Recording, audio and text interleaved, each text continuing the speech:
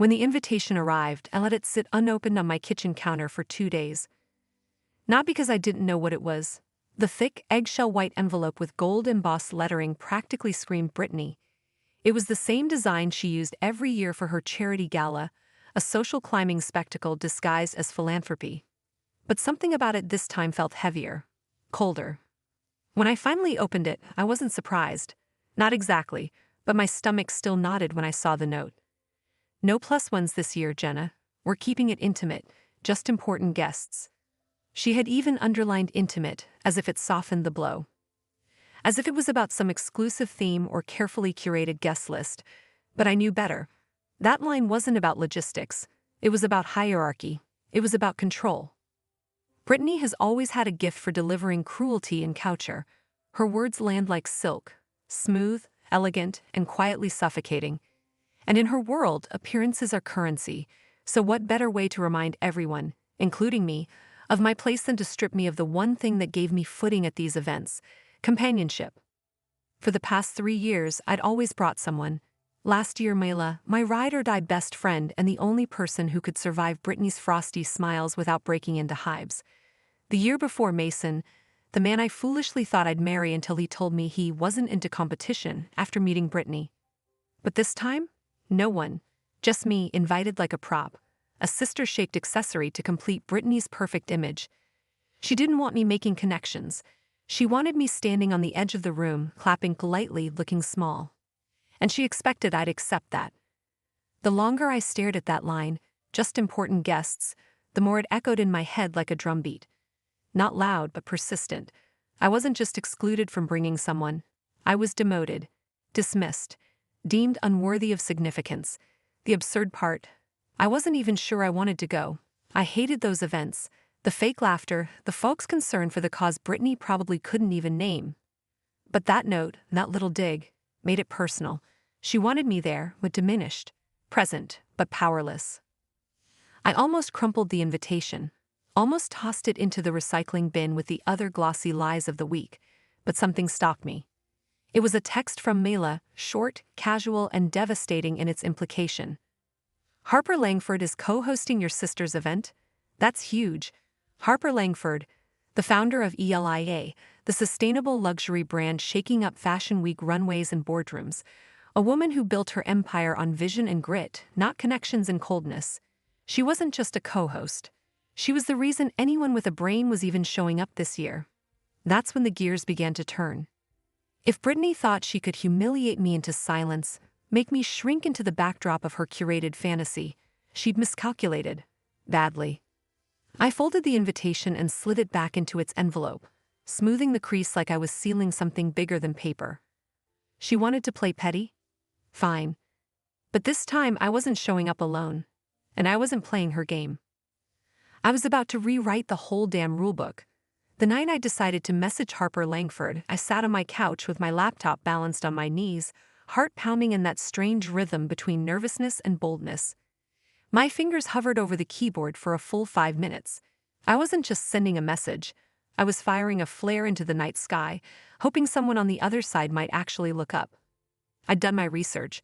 Harper wasn't your typical brand founder. She wasn't manufactured by a PR machine or married into wealth. She was a disruptor, a self-made innovator with a reputation for calling out greenwashing while producing runway looks made of repurposed ocean plastics and hand-woven organic silk. In short, she was everything Brittany wasn't: authentic, purpose-driven, and unapologetically direct.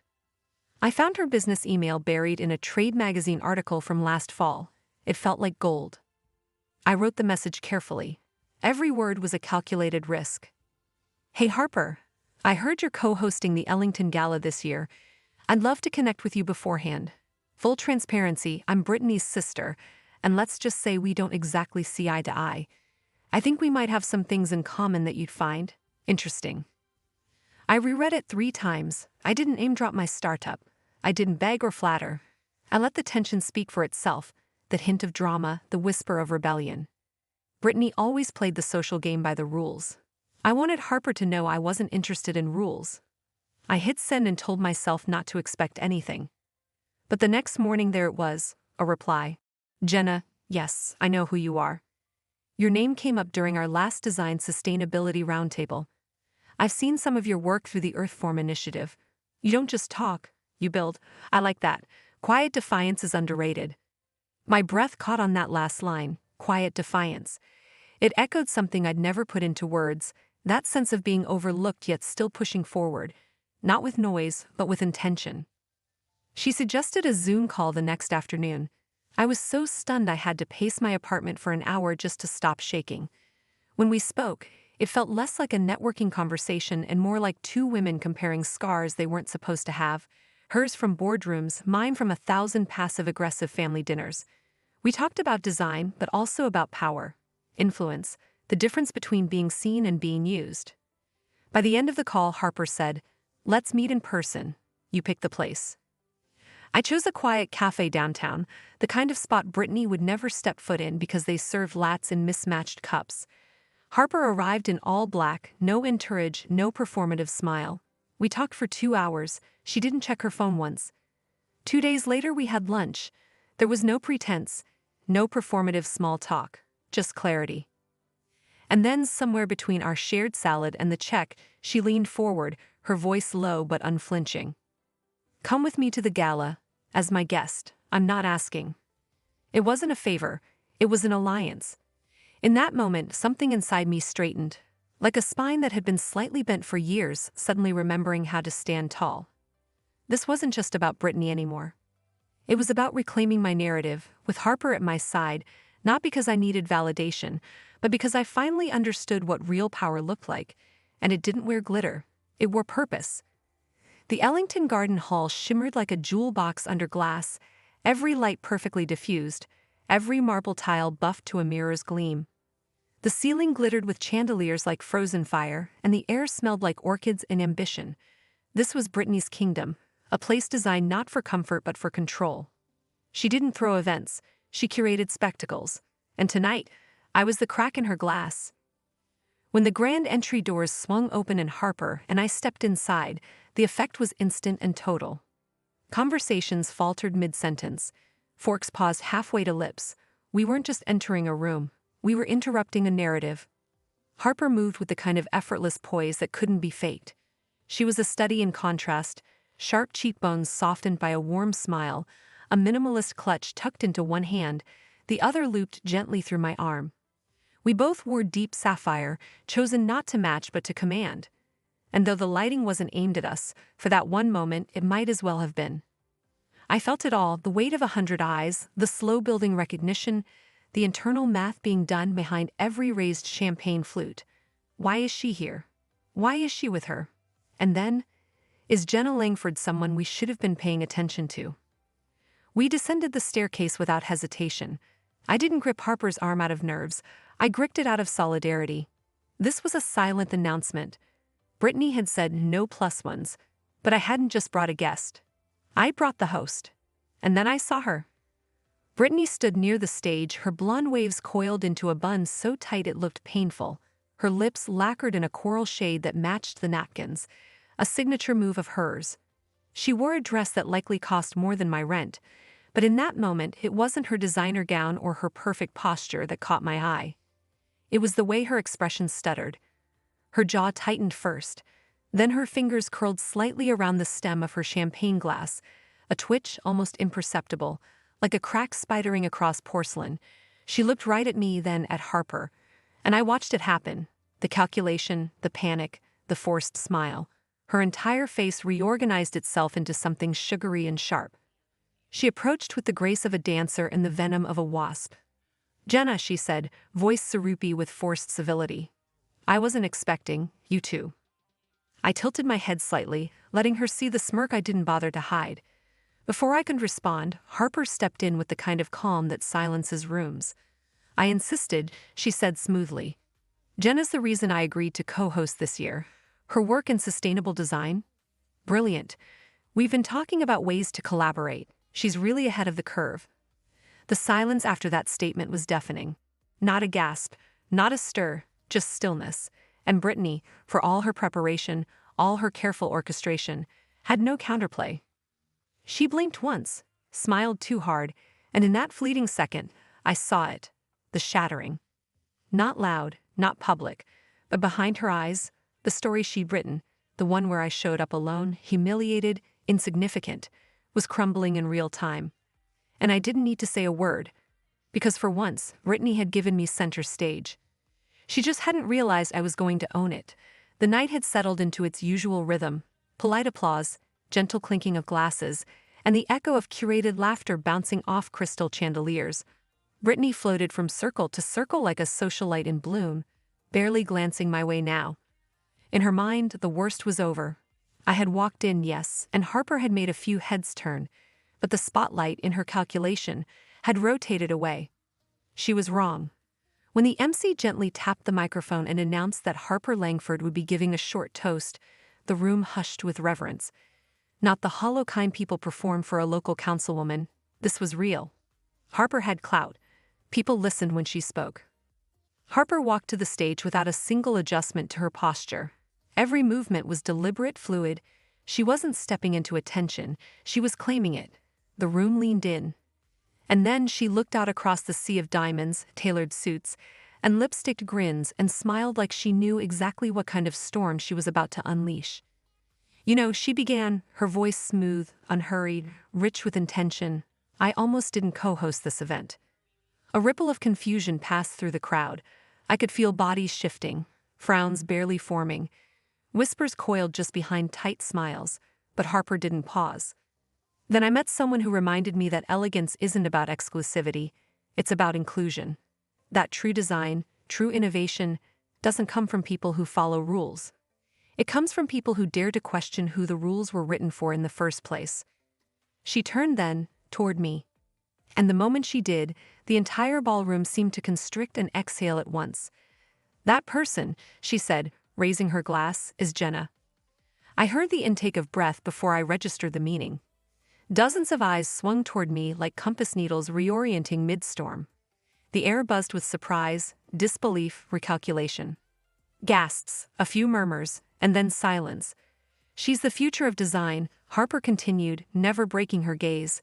"She's bold, she's real, and she's my new collaborator." The word collaborator landed like a stone dropped into still water. And I was not ready. My palms were slick, my chest felt tight. A dozen flashbulb memories stung behind my eyes. Brittany calling my recycled material sketches craft fair junk. Her friends giggling when I showed up in thrifted heels. Her voice telling me I was too niche to ever be taken seriously in real circles. Now those same circles were turning toward me, hands extended, smiles stitched wider, voices softened to sudden interest. "Jenna, I didn't know you two were working together. We've been watching your progress. You must come speak at our next event." Each handshake felt like both a recognition and a reckoning. And across the room, framed by a pyramid of macarons and a floral centerpiece taller than most people in the room, stood Brittany. Still, tight-lipped. One hand half raised to her hair, fingers tangled awkwardly in a loose curl she didn't know how to fix. Her face was composed, but I saw the twitch in her jaw, the shallow breath, the blank stare that missed its mark and stayed there. She had spent weeks orchestrating an illusion, her version of the world where I was an accessory to her grandeur. And now, in less than 60 seconds, Harper had shattered it with 3 sentences and a glass raised in my name. That was the night the room saw me. And more importantly, she did. Outside the Ellington Garden Hall, the night was still and slick with moonlight, the air dense with the perfume of gardenias and rain-slicked asphalt. The kind of night that should have felt ordinary, but nothing about this night was ordinary. Not anymore. The valet circle gleamed with high-end engines idling beneath a string of gold-lit trees. Laughter spilled out from behind us, brittle, obligatory, the kind people wear like jewelry at events like these. But I wasn't listening anymore. My mind was a low hum of adrenaline and clarity. Harper's black Tesla pulled up, silent and sleek, headlights cutting through the hush like twin blades. She stood beside me, the epitome of calm, phone in one hand, keys in the other, nodding politely to a man in a tux who clearly wanted more of her time than he'd earned. I could feel the last gasps of Brittany's illusion dying behind me. The careful construction she'd built, sister as shadow, sister as harmless, had buckled at the knees, and I was still standing. That's when I saw her. Brittany moved through the dispersing crowd like a current of ice water, fast, cold, intentional. Her smile was gone. Her expression had folded into something tight and unreadable. And for the first time in my life, I don't think she registered me as part of the scenery. She brushed past me as if I were air, as if I didn't exist. That was her final move, denial. But I wasn't going to let her have the silence. "Thanks for the invite, Britt," I said, loud enough for her to hear, soft enough to sting. I didn't turn my head, just kept my eyes ahead, like I was commenting on the weather. Harper really enjoyed herself. That stopped her. Not fully, just a flicker, enough for her heel to catch on the flagstone. Enough for her breath to hitch. She turned halfway toward me, her face pale beneath layers of foundation, her mouth beginning to part, maybe to spit something sharp, maybe to reclaim some footing, but nothing came out. Nothing. Just the silence of a woman who had realized far too late that she was no longer the main character in her own script. I let the pause hang like perfume. Then I smiled, a quiet, symmetrical smile that didn't reach my eyes but carried enough edge to cut glass. She blinked, eyes flicking toward Harper, who was now walking to the passenger side, utterly unbothered. And that's when it landed, fully, cruelly, beautifully, that I had walked into her gala with the woman everyone had come to meet. I hadn't broken the rules. I'd rewritten them. Brittany turned and left, no final word, no parting jab, just the sound of heels clicking away, faster than before. I slid into the Tesla, the leather cold against the back of my knees. Harper glanced at me once as the car pulled out onto the street. "You good?" she asked. I nodded. But inside, I was burning, not with anger, not even with pride, but with something deeper. Liberation. I didn't need Brittany's approval anymore. I wasn't chasing her shadow, her world, her crumbs. That night, I had stepped into the light, not as her sister, not as someone's plus one, but as someone who earned the spotlight on her own terms. And the look on Brittany's face as it all unraveled, it didn't taste like vengeance. It tasted like champagne. Dry, crisp, and long overdue.